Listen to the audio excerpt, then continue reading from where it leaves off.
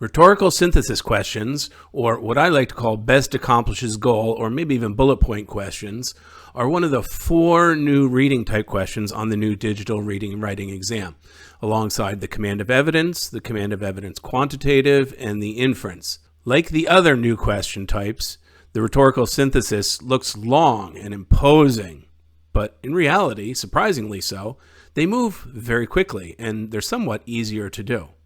So how do we recognize these? They're in a different section of the exam. They're typically at the end after the transitions, not in the middle like the other reading questions. So that's one difference. You can always recognize them by the series of bullet points in a list. Also, the prompt is pretty much the same, at least for the first part. The student wants to basically accomplish the goal, which is why I indicate this is a best accomplished goal question in my mind, because the first thing is to read that prompt, identify the goal, and have a laser focus on what the goal is we want to accomplish. Then we can go through the bullet points and figure out which parts meet the goal. In this video, we're going to break down the rhetorical synthesis questions into 5 repeating types of goals to accomplish and discuss single condition and double condition problems. Those goals start with the easiest, is just the study-related prompt. We also have compare-contrast prompts, how different or similar certain things in the bullet point text are. We also have emphasize, what I'll call summarize or explain prompts, which ask you to emphasize something in the bullet point prompts. Or is the audience familiar or unfamiliar with a certain element or person in the bullet pointed prompt? And lastly, generalization. You need to generalize some specific topic or idea in the bullet point conditions given. We'll look at each of those in turn. Let's start with perhaps the easiest, the study related. So the first part is always the same. While researching a topic, a student takes the following notes, which are the bullet points. The student wants to emphasize in this case, our goal or condition is the aim of the research study. So this is a study-related prompt. Now, it's worth noting there are 4 parts to any study as outlined in the bullet points or any of these problems. A study has some background material. It has an aim or a goal. It has a method. And it has findings or a conclusion. So the goal for the study is going to ask you about one of those parts. And of course, the background is almost always the first prompts or bullet points. The aim might be just after that, in the middle or toward the beginning. The methodology would follow that. And then finally, you get the conclusion. So depending on what the goal they provide, we almost always know where to go to what bullet points. So in this case, we want the aim. That's going to be toward the beginning, maybe just after the background. So what is the aim? Cosmochemist wondered if some of the unaccounted for oxygen could be coming from Earth. And then 2008, he developed a study. So we can see here, most all but not comes. So this is our background. This is our aim, this bullet point. And then he started the study, he gathered data. This is our method. And last but not least, this is our finding. His suspicion that Earth is sending moon to oxygen was confirmed. Okay. This question is asking us about the aim. Again, it could ask about any 4 parts, and you should be ready for that. So we want the aim. We want to include this bullet point, that he wondered if the unaccounted for oxygen could be coming from Earth, and then he started a study. So notice we have the study. So if we go through the answers, as it orbited the moon, the Kuiga satellite collected data that was later. This is method. This is not aim. So that's wrong. We look at D, the study determined that the Earth is sending a small amount. This is finding. This is not aim. That's the wrong answer. B, before 2008, Terada wondered if the moon was receiving some of its oxygen from Earth. Well, that is essentially what the goal of his study is. That's the aim. But this is not the period of his study before 2008. His study began in 2008. So slightly tricky question if you're working too quickly. You must eliminate that. It's not actually the aim of the study. C is the better answer. Cosmochemist Terada set out to determine, that's his study, whether some of Moon's oxygen was coming from Earth. That's the aim. and the aim is part of a study. Therefore, this is the correct answer. In this case, same approach. While researching a topic, student takes same notes. The student wants to, here we go, present LIGO's aim and methodology. So we have LIGO, which is some type of study, and we want both the aim and the methodology. So we have two goals here to accomplish. And we frequently see that among question types. So your answer must include both goals. So again, let's go up to the bullet points. Where is the aim? To detect and analyze gravitational waves. What is the methodology? We use a pair of gravitational wave detectors called interferometers, thousands of miles apart. Okay. The other part is the finding, as we would expect at the end. And ahead we have a background, as we would expect in the beginning. I need the information from both of these bullet points to be in my answer choice. Let's take a quick look. In 2015, the massive interferometers detected a powerful, nope, that is a finding right away. That's not an aim, and it's not a method. That's wrong. Though the physics study LIGO began in 2002, its massive interferometers didn't detect a gravitational wave. Again, that's a finding. That's wrong. So notice our wrong answer choices are the other parts of the study, not the ones from the goal in the question prompt. C, to achieve its aims, LIGO uses a pair of massive interferometers that are thousands of miles apart. That's a method. Unfortunately, that's only one goal. We need both goals to get the correct answer. D, a physics study designed to detect and analyze gravitational waves. Okay, that is essentially, our goal right there, our aim. Uses a pair of massive interferometers that are miles apart. That's the method. Both parts are in that answer choice, both bullet points that we want, aim and methodology. Therefore, D is the right answer. So on dual goal problems, take note of it as you read the question prompt and make sure you include information from both of the appropriate bullet points meeting both of those goals. You have to have a laser focus on your goal as you go through these problems. Okay, let's take a quick peek at the compare-contrast prompt, which always asks how similar items are or how different they are. In this case, we start with emphasizing a similarity between two species of sea turtles. By the way, I'm going to start with a quick trick that could help you answer these questions. I would still read it and go through the analysis we will, but the correct answer for similarity will always have the word both in it. I can quick scan the answer choices. No both, no both, both. No both. C is going to be our answer. Let's actually analyze that and show that to be the case. So he wants to find a similarity between the two sea turtle species. 7 species of turtles exist today. 5 species can be found in the Atlantic. One of the species is Kemp's Ridley sea turtle. That's one of the ones in the Atlantic. Its name is such and such. Another of those species, that's the one in the Atlantic, is the olive Ridley sea turtle. Its name is such and such. The similarity is both are in the Atlantic. Both the Kemp's Ridley sea turtle and the olive Ridley sea turtle can be found in the Atlantic Ocean. C is, in fact, the correct answer, and it's the one with both in it. Let's quick look at a contrasting or a difference prompt. The study wants to emphasize a difference in the origins of the two words. So this is the other side of that same type of prompt. And here's a quick tip. We're going to see while or another contrasting transition. Most often, though, it's while or whereas, or yet, possibly. Those are the most commonly appearing contrasting transitions. So which answer has while in it? Well, I look through A, while. That's probably going to be my answer that I'm going to keep an eye on. There is a however here for B. That's a contrasting transition, but I'm going to guess the while is going to be the correct one. And then C and D, I don't see any contrasting transitions. So very quickly, I'm going to focus on A. I think that's the right answer. And that's probably what I would guess without doing any more work on this if I had to guess. So, but let's confirm that by doing sort of the full work here.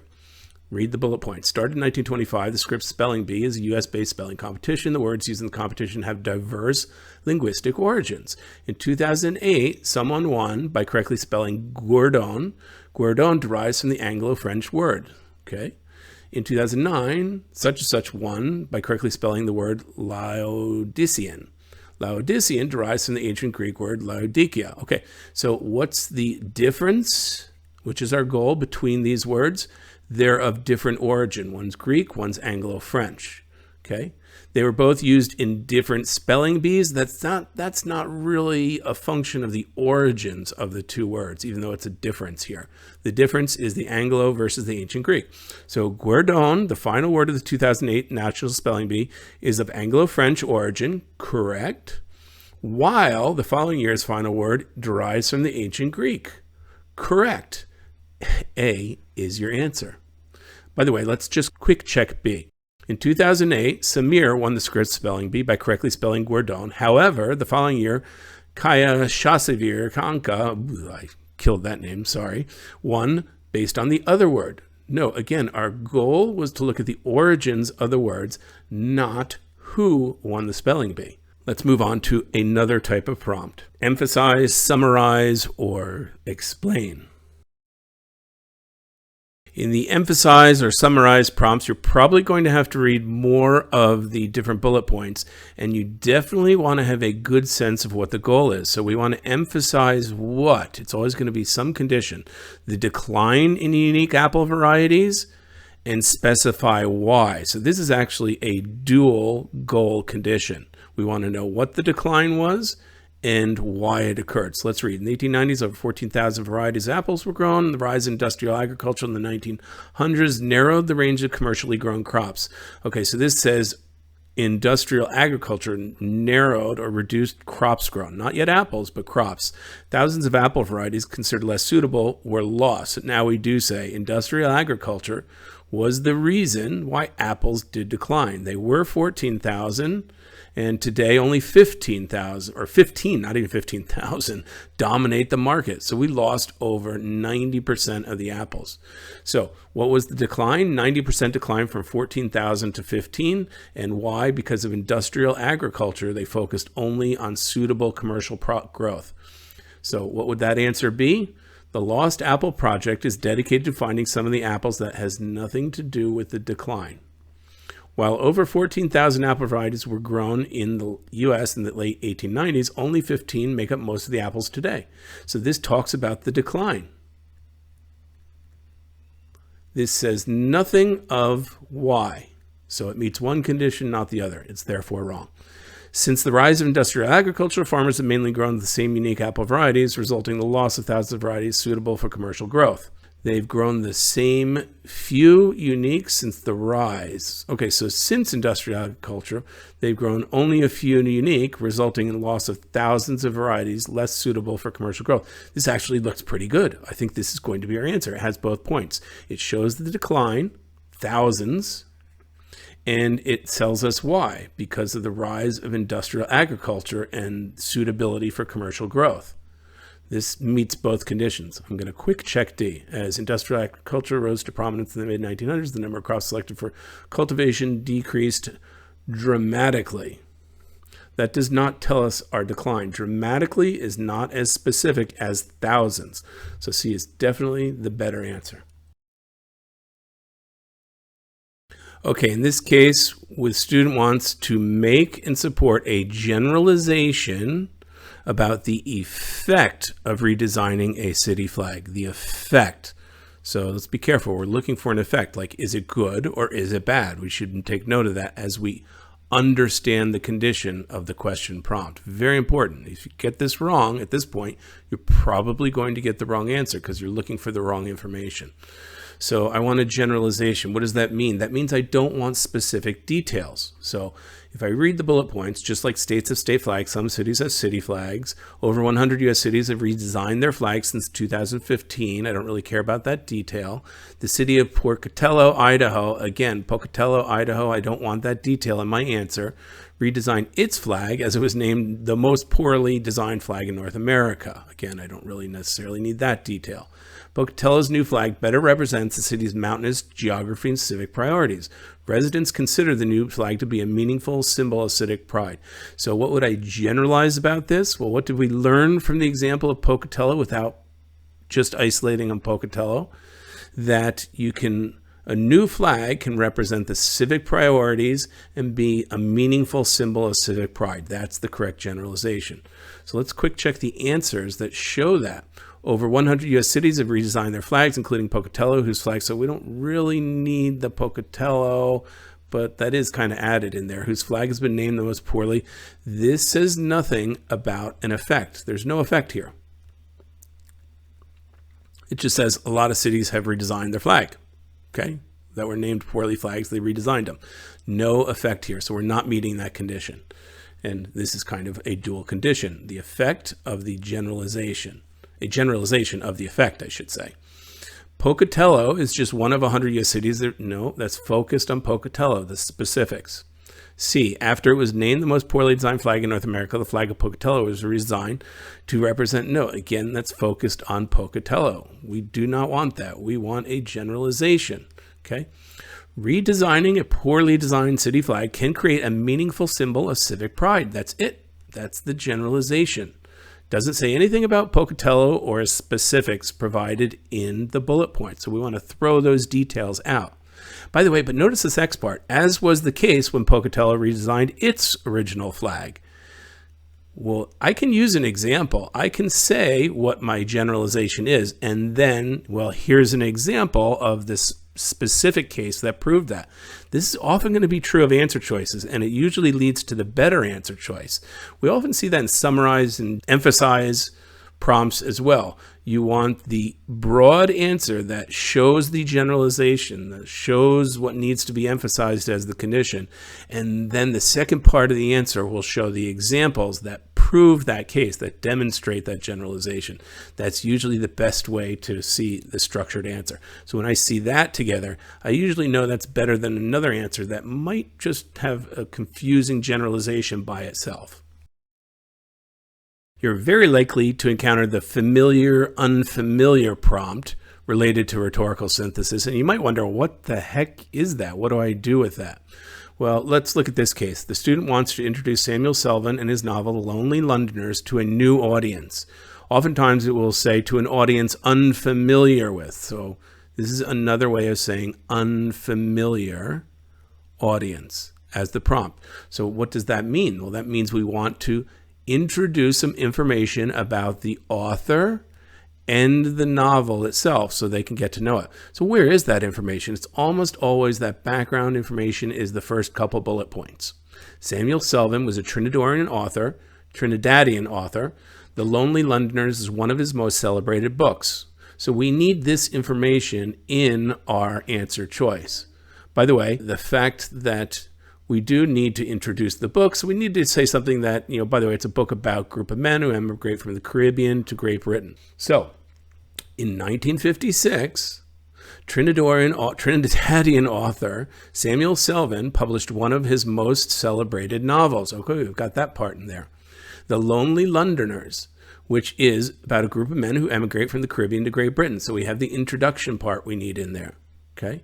And we mentioned that he's Trinidadian, so that's the background information. So what do we have here? We have the background information on these first two checks, celebrated and Trinidadian in 1956, that make the unfamiliar audience familiar with him. And then we actually meet the introduce the book condition as well, because we tell about what the book is, the other bullet point. So both conditions are met. That's a correct answer for this type of question. Let's take a quick peek at the familiar prompt.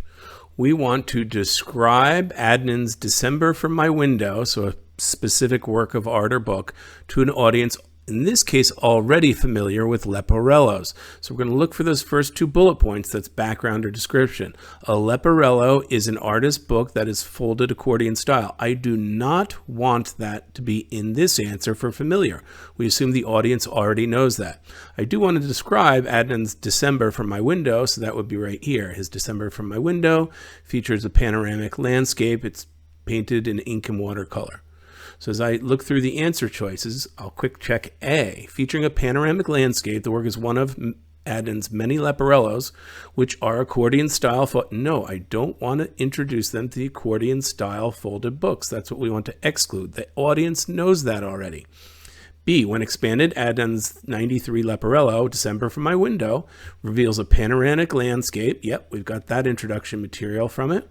And using ink and watercolor, we have that information from it. And this does not have anything describing what a Leporello is. It just says when expanded, which assumes the audience already knows it's accordion style. This is going to be our answer.